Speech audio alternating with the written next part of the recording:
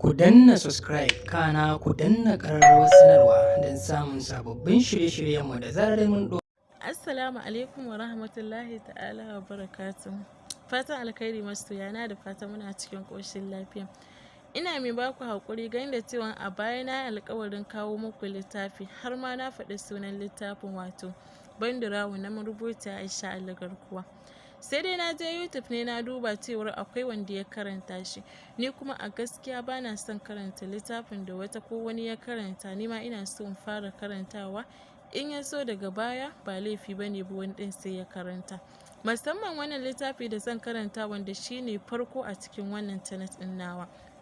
Don haka ina yi muku fatan alkhairi, sannan kuma ina ƙara godiya a gare ku.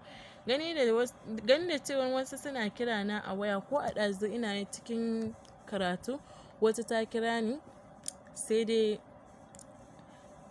flashin ne ta mun kuma na bi ta, sai take ce min ranki ya daɗe, shiru fa muna sauraron labarin nan. To a har kullum kuna ta kira, ana ta kiran wayana da wannan tambaya, shi yasa yau na ce gaskiya ya kamata in fara karanta wannan littafin. Gani da cewa ko wancan abubuwan da na ɗora duk da ma ba su masu tsawo ba ne ba, na ga mutane da dama suna zuwa suna min subscribing, to godiya nake yi sosai, Allah saka da alkhairi. Da wannan zan yi amfani in ƙara godiya wajen Bilal, da haka ku taya ni da godiya. Bilal ya mun ƙoƙari sosai, Allah saka mishi da alkhairi, saboda ya taimaka min da kayayyakin aiki sosai, masha Allah, na gode Bilal, Allah saka da alkhairi.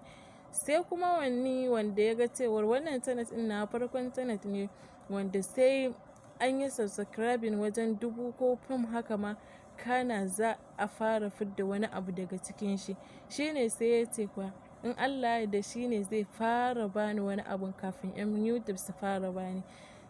Nan fa mutumin nan fa duk da ya ce kar in faɗi sunan shi, ya ɗauki 30,000 ya ce mun gashi.